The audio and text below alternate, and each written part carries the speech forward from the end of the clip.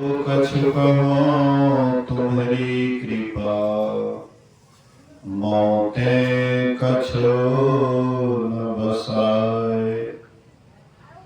सर्वत्र सर्वदा वर्तमान सद्गुरु महाराज जी के पावन चरणों में कोटि कोटि नमन। उपस्थित गुरुजन, धर्म प्रेमी सत्संगी बंधुओं, पूजनीया माताओं तथा भक्तिमती बहनों, अभी हम लोग परम श्रद्धेय सुभाष बाबू, जिनके सबसे छोटे पुत्र श्रवण कुमार का स्वयंवर होने वाला है, इसी उपलक्ष्य में यह एक वक्त का सत्संग रखा गया है। अभी हम लोगों ने पूर्वताओं से बहुत बात सुने, सदग्रंथ से भी हम आप श्रवण कर रहे थे।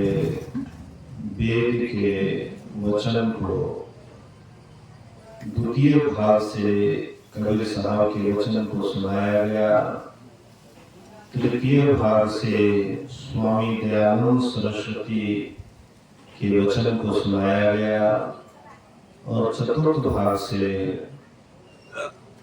परम पूज्य गुरु महाराज जी के वचन का पाठ किया गया।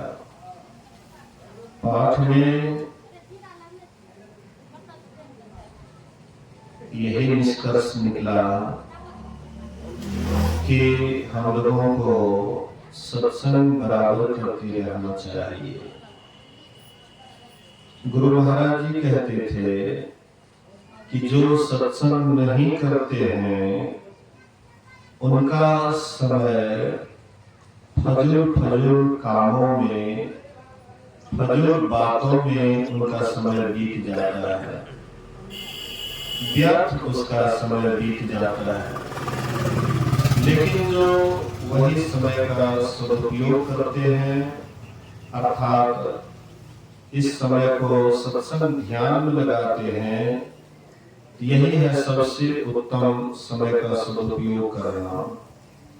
ऐसे तो संसार में जितने काम हम करते हैं, हम लोगों के मन में होता है कि हम बढ़िया से बढ़िया काम करते हैं, लेकिन बढ़िया से बढ़िया काम में भी हम आपको चयन करना चाहिए कि जो सबसे बढ़िया काम है, जो सबसे उत्तम काम है, वह क्या है।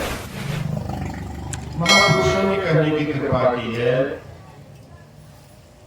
प्राचीन काल के ऋषि कहते हैं, पूजा कोटिं समं स्तोत्रम, स्तोत्र कोटिं समं जपः, जाप कोटि समं ध्यानम, ध्यान कोटि समं लयः।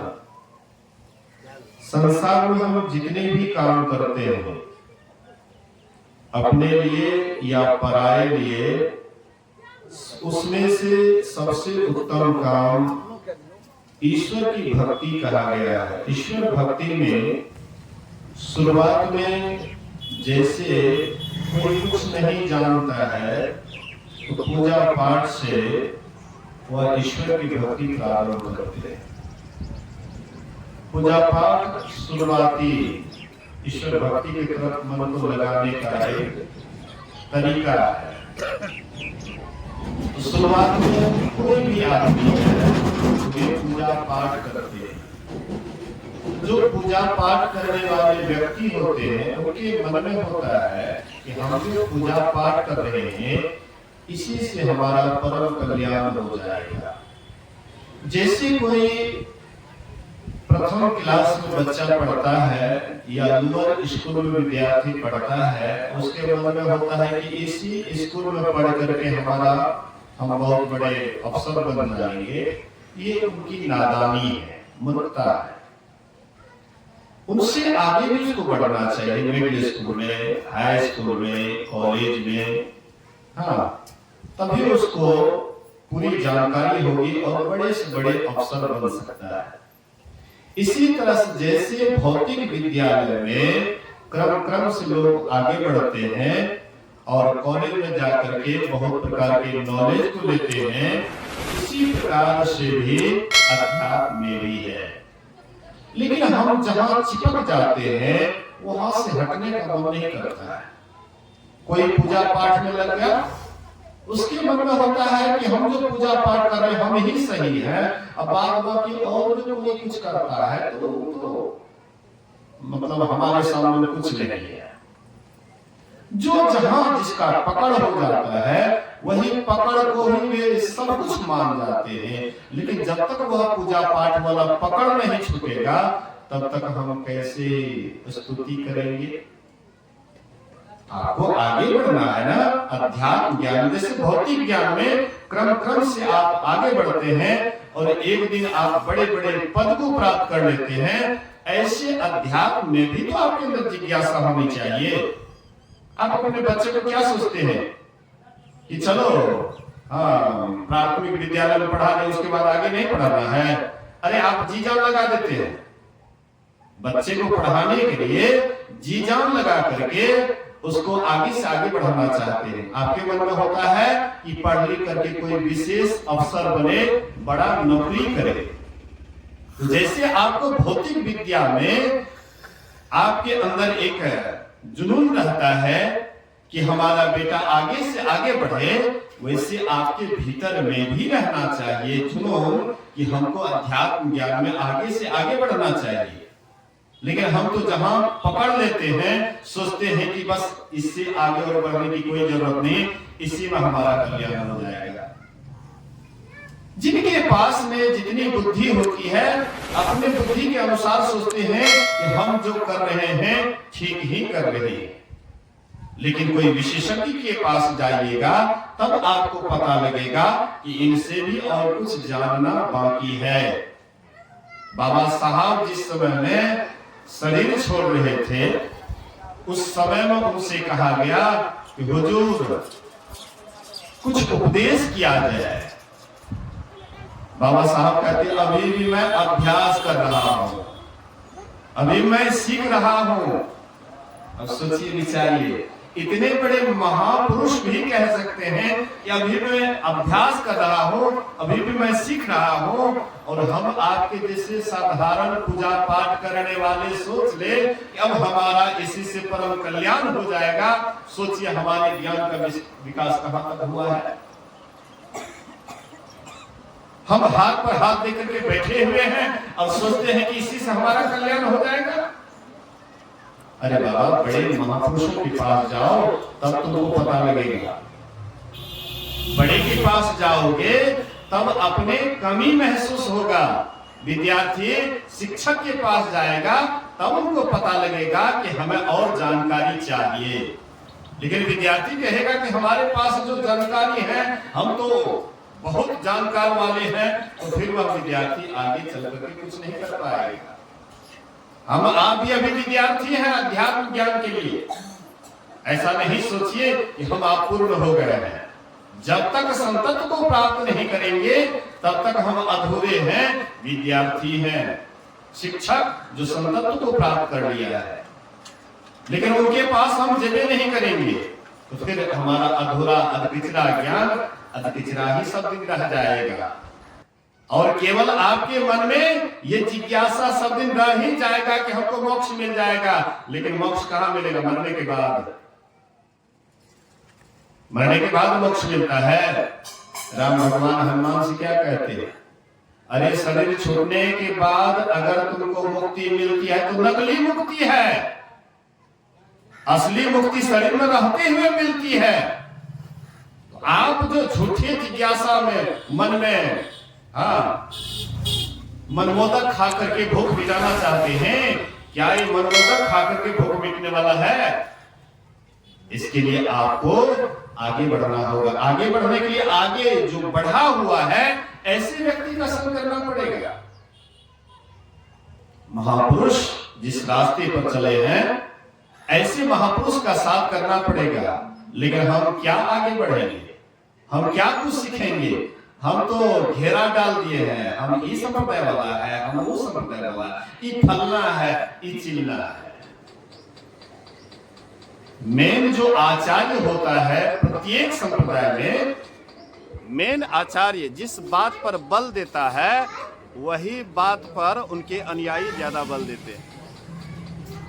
बोलिए श्री सद्गुरु महाराज की जय।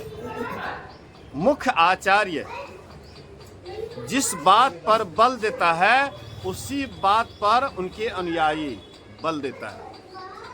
जैसे गुरु महाराज जी, हम लोगों के गुरु महाराज जी ध्यान भजन पर ज्यादा बल दिए।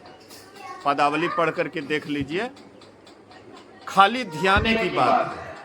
पदावली में क्या है, इसलिए सबके समझ में नहीं आता है, सबके समझ में पदावली का ज्ञान नहीं आता है, बहुत गंभीर ज्ञान है। और जो ध्यान के सूक्ष्म गहराई तक जाएंगे वही पदावली की बात को ठीक ठीक समझ पाएंगे। नहीं तो पदावली की बात एरू गेरू नथु खेरू से समझने वाला नहीं है। हम आप ऐसा नहीं सोच लीजिए, हम आप ऐसा नहीं सोचें कि हम लोग समझ गए हैं। हम लोग अभी भी नहीं समझ पाए। पदावली में समझिए कि पूरा गीता ज्ञान भरा हुआ है। भगवान कृष्ण जो गीता ज्ञान दिए, स्तुति में वह ज्ञान भरा हुआ है, लेकिन हम लोग संप्रदाय के फेरे में पढ़ करके हमें एक दूसरे के समझ को ना समझी कहते। हम जो समझते हैं सोचते कि हम ही एक समझदार हैं, अब बाद बाकी जो समझते हैं कहते वो तो ना समझ है, तो संप्रदाय वाला हमारे सामने में क्या है। हम भी दूसरे का इंसल्ट करते हैं, कहते संत मत वाला, हम लोग संत मत वाला है, बहुत बड़ा ज्ञानी है। कोई रामानंदी है तो सोचता है संत मत वाला, वो सब क्या है, हम उनसे विशेष जानते हैं। यही झगड़ा संसार में, संप्रदाय का झगड़ा इतना संसार में फैला हुआ है जितना कि और चीज का नहीं। जितना खून संप्रदाय के कारण बहा है उतना खून और बात में नहीं बहा है। बढ़िया से इतिहास को गौर से देखिए। हम हिंदू हैं, ये मुसलमान है, ये मुसलमान है, हम हिंदू हैं, आपस में इतना तकरार होता है, खून खराबा पर उतर जाता है। अरे बाबा, इस संप्रदाय का झगड़ा आंख से देखते हुए रामानंदी है, वो संत मत वाला है, वो कबीर पंथी है, वो दादू पंथी है, वो नानक पंथी है। अब भीतर चलोगे तो सब पंथी खत्म हो जाएगा। भीतर में कौन पंथी है, कौन रामानंदी है, कौन संत मत वाला, लेकिन भीतर तो झांकते नहीं, इसीलिए बाहर झगड़ा कर रहे हैं। बाहर झगड़ा इसीलिए कर रहे हैं कि भीतर नहीं झांक रहे हैं। अब भीतर जो झांकेगा उसको झगड़ा करने का फुर्सत मिलेगा, तो भीतर में मगन रहेगा।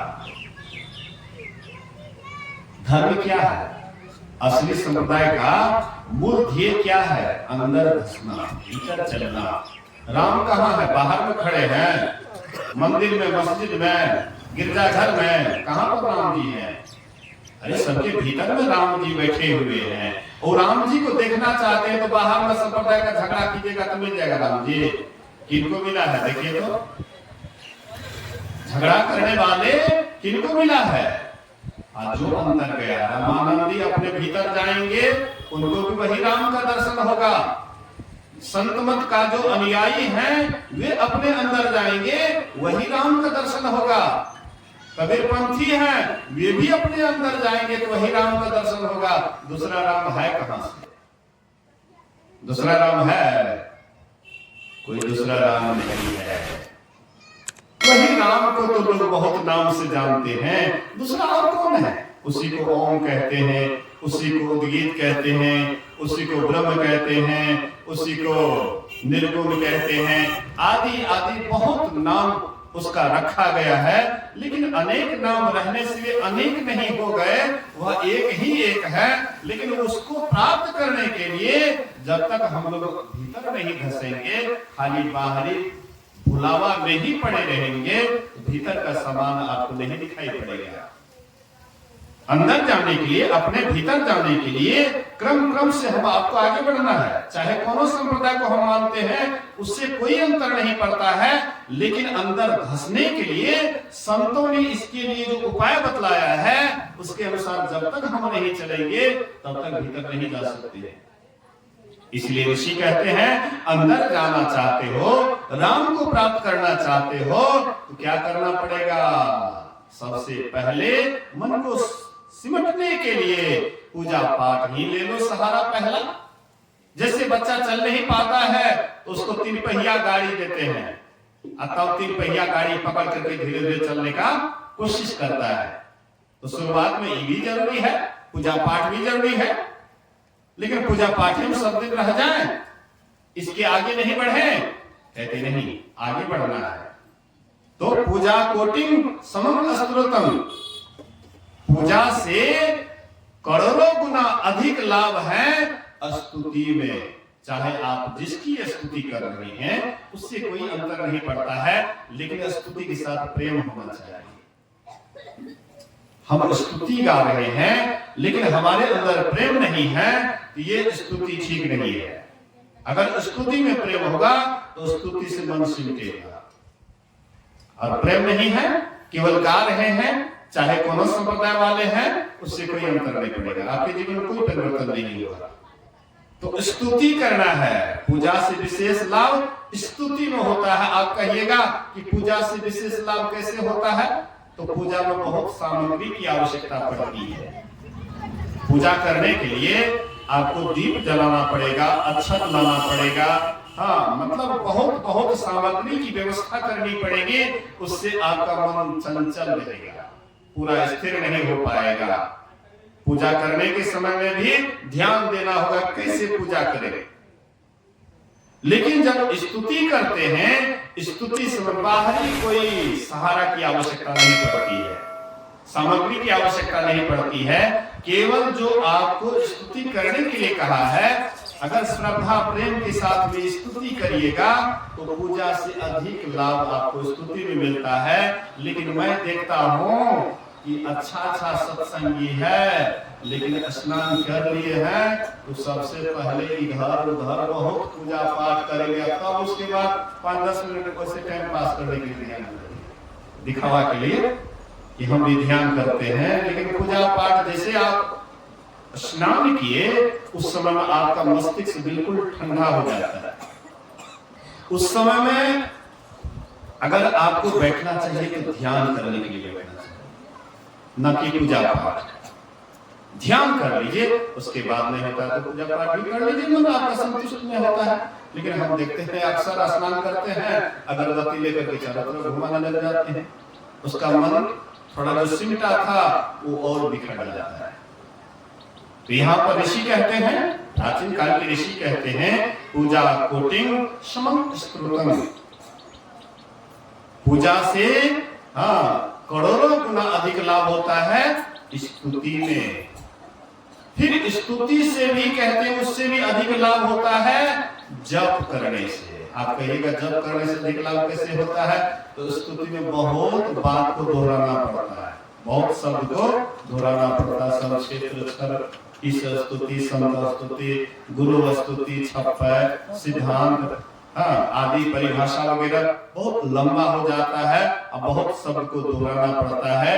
इसीलिए जप में छोटा मंत्र होता है, केवल उसी को दोहराया जाता है। तो छोटा शब्द अगर मन को मिलता है और उसी को बारंबार दोहराया जाता है तो बड़ा शब्द से छोटा शब्द में जल्दी एकाग्र हो जाता है।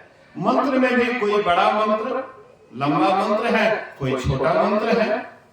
जैसे गायत्री मंत्र 24 अक्षर का है, वो भी बहुत लंबा हो जाता है। महात्मा गांधी 3 अक्षर का मंत्र जप करते थे, हे राम। महात्मा गांधी, हे राम। गुरु महाराज जी कहते थे कि महात्मा गांधी परम भक्त थे, राजनीतिक थे। इससे मतलब ये नहीं है राजनीतिक मजबूरी बस वे हुए। उस समय देश के ऊपर बहुत बड़ा संकट था, विपत्ति थी, लेकिन वे ईश्वर के भक्त थे। कैसे? आपको अचानक गोली लग जाएगी तो आप कहिए होप्पा मैं गो, लेकिन उनको जब गोली लगी थी उस समय हे राम, हाँ परमात्मा का नाम लिए और चीज नहीं। उस समय में अचानक आपके ऊपर डाकू आक्रमण कर दे, अचानक आपको मार दे, उस समय में आपके मुंह से जल्दी ईश्वर वाचक शब्द नहीं निकलेगा और कुछ निकलेगा होप्पा बचावा कहना हटे अचानक। लेकिन वे और कुछ नहीं बोले क्योंकि भीतर में वही चीज चल रहा था। आप अगर लहसुन खाए हैं तो डकार किसका निकलेगा? लहसुन का ना। प्याज कच्चा खाए हैं, हाँ डकारिएगा तो कौन सी निकलेगा? प्याजे का ना। वैसे आप परमात्मा का भीतर में अगर चल रहा है अनवरत रूप से, तो जब भी आपके मुंह से निकलेगा तो वही शब्द निकलेगा है। महादेव जी ध्यान करते थे, ध्यान सुनते थे तो किसका नाम लेते थे? परमात्मा का, कि संसार का इधर उधर। ऐसे उनके भीतर वही चीज चल रहा था, इसीलिए वह चीज निकला 3 अक्षर का। गुरु महाराज जी हम लोगों को भी 3 अक्षर का ही शब्द बतलाए, मंत्र बतलाए। मंत्र परम लघु जासु, हाँ बस सुर सर्व अमहा मत गजराज को बस करी अंकुश खर। गोस्वामी जी कहते हैं मंत्र परम लघु, मंत्र हो लेकिन लघु छोटा हो तो वह जल्दी मन को बस में कर लेता है। जैसे कोई मतवाला हाथी है, उनको बस करने के लिए एक छोटा सा अंकुश ही काफी है। छोटा सा अंकुश जैसे हाथी को बस में कर लेता है, वैसे मंत्र भी हो लेकिन लघु हो। तो हम आप जब जप करते हैं उस समय में थोड़ा ध्यान दीजिएगा। जब आपसे मानस ध्यान हो रहा है, मानस जप हो रहा है, तब वाचिक जप या उपांशु जप करने की कोई आवश्यकता नहीं है। अपने आप को देखिएगा। संत मत वाले हैं या कोई संप्रदाय वाले हैं उससे मतलब नहीं है। आपसे मानस जप होता है कि नहीं होता है? मन ही मन जप होता है या नहीं होता है? अगर नहीं होता है तो आप उपांशु जप कीजिए। उपांशु जप भी देख लीजिए कि आपसे नहीं हो रहा है ठीक से, वाचिक जप कीजिए। एकांत में बैठ जाइए, सब ओर से मन को मोड़ लीजिए और जप प्रारंभ कर दीजिए जोर जोर से। हे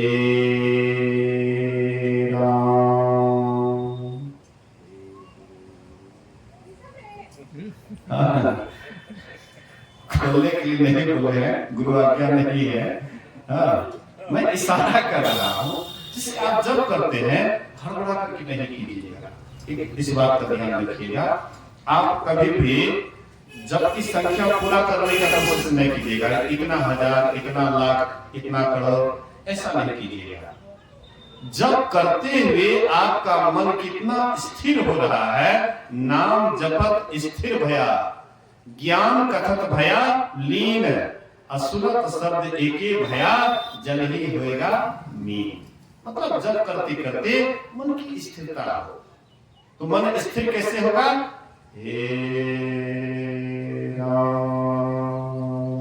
थोड़ा लंबा, जब तक उस शब्द को लंबा नहीं ले जाइएगा तब तक मन शांत नहीं होगा। तो वाचिक जप कर लीजिए, उसके बाद उपांशु कर लीजिए और उसके बाद मानस कीजिए। मानस जप सभी जपों का राजा है। लेकिन ऋषि कहते हैं कि केवल इतना से ही तुम्हारा काम नहीं चलेगा। जप कर लिया, अगर जब भी तुम्हारा सिद्ध हो गया तो तुम मत समझ लेना अब आगे कुछ करने की आवश्यकता नहीं है। पूजा कोटि समम स्तोत्रम, स्तोत्र कोटि समम जपः, जाप कोटि समम ध्यानम। जब तुमसे जप हो गया तो तब तुम ध्यान करो। ध्यान में भी मानस ध्यान और एक ध्यान, केवल ध्यान। एक है मानस ध्यान, देखे हुए रूप का ध्यान करना मानस ध्यान कहलाता है। और केवल ध्यान में देखे हुए रूप को नहीं, केवल गुरु इंगित स्थान पर अपने आप को रखिएगा तो बिना देखे हुए आप देखिएगा जो कभी नहीं देखे हुए हैं। वह चीज आप देखिएगा, उसी का नाम असली ध्यान उसी को कहते हैं। जो बिना देखे हुए संसार में जो भी आप देख रहे हैं, मानस ध्यान ऊंची देखिएगा तो वो तो देखा हुआ चीज है, वो मानस ध्यान है। लेकिन ध्यान में आपको कुछ बनाना नहीं है, मन से किसी को देखना नहीं है, केवल गुरु इंगित स्थान पर अपने आप को रखिएगा तो वह चीज आप देखिएगा जो आपने कभी नहीं देखा है। कौन चीज आपने कभी नहीं देखा है? लखत लखत लखी पड़े अकटे जम फंद है। लखत लखत वह चीज दिखाई पड़ेगा जो आपने कभी नहीं देखा है, जिसको देखने से जम का फंदा कट जाता है। आप ऊपर उठ जाते, जमराज के फंदा से ऊपर उठ जाते हैं। महर्षि साहिब स्वामी महाराज कभी कभी कहा करते थे कि तुम अगर भारत में रहोगे तो भारत के संविधान को मानना पड़ेगा, भारत के कानून को मानना पड़ेगा। अगर तुम भारत के कानून से बचना चाहते हो तो बगल में विदेश है नेपाल, वहां चले जाओ तो भारत का कानून तुम्हारे पर लागू नहीं होगा। तो जब तक तुम अंधकार मंडल में रहोगे, यमराज के राज्य में रहोगे, तब तक यहाँ पर जो दुख सुख होता है वह तुमको भोगना ही पड़ेगा, आवागमन का चक्कर लगाना ही पड़ेगा। क्योंकि अंधकार मंडल में हो, इस संसार में रहोगे, अंधकार मंडल में रहोगे, सुख दुख में रहोगे, हानि लाभ में रहोगे, बराबर तुम्हें परेशानी होगी, आवागमन होगा। इसलिए इससे ऊपर उठना चाहते हो तो अंधकार मंडल से ऊपर उठ जाओ, तो अब ये अंधकार मंडल का नियम लागू नहीं होगा। अंधकार मंडल का नियम है कि तुम 84 में भटकते रहो। आकर चारी लक्ष्य 84 जोनी भ्रमत यह जीव अविनाशी, फिरत सदा माया कर प्रेरा, काल कर्म स्वभाव गुण घेरा। तुम 84 लाख योनियों में ऐसे ही भटक रहा था, परमात्मा ने कृपा करके तुमको 84 लाख से ऊपर उठाया, मनुष्य का शरीर दिया। और इस बार अगर साधना करके अगर तुम आंख से ऊपर उठ जाते हो तो तुम फिर 84 में नहीं जाओगे। बोलिए श्री सद्गुरु।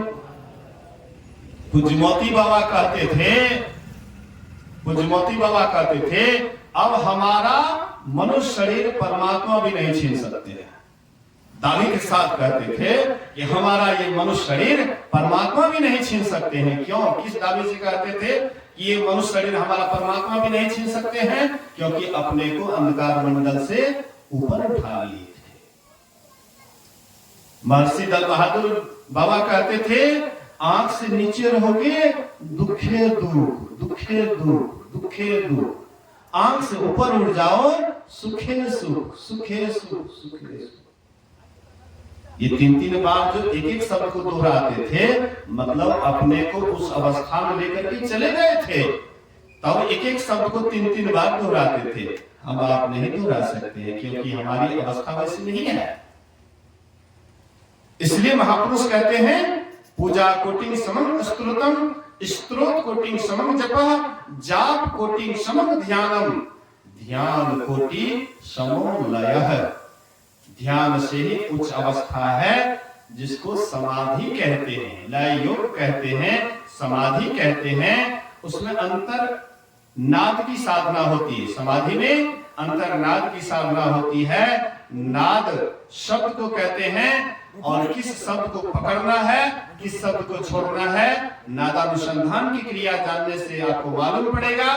और फिर उससे ऊपर जाने के लिए एक एक शब्द को पकड़ते हुए, एक एक शब्द को छोड़ते हुए, अंतर में ही वह शब्द ही शब्द का गुरु है।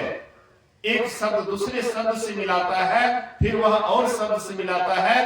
अंत में शब्द साधना करते करते जो सबसे महीन शब्द, जो सबसे झीना शब्द, जहां पर एक ही एक शब्द रह जाता है और शब्द गौण हो जाता है, उसी को राम नाम कहते हैं, उसी को सार शब्द कहते हैं, उसी को सत्य नाम कहते हैं, उसी को ओम कहते हैं, उद्गीत कहते हैं, प्रणव करते हैं। आदि सभी नामों की उत्पत्ति वही नाम से हुई है और वही नाम को पकड़िएगा। अनाम में चले जाइएगा, फिर आवागमन से सदा के लिए मुक्त हो जाइएगा। इन्हीं बात को सुनिए, समझिए और अपने जीवन में उतारिए। यही आप लोगों की सेवा में थोड़ा सा कहा। एक बार हम लोग गुरु महाराज की जय जयकार बुलंद आवाज में करें। बोलिए श्री सद्गुरु महाराज की जय।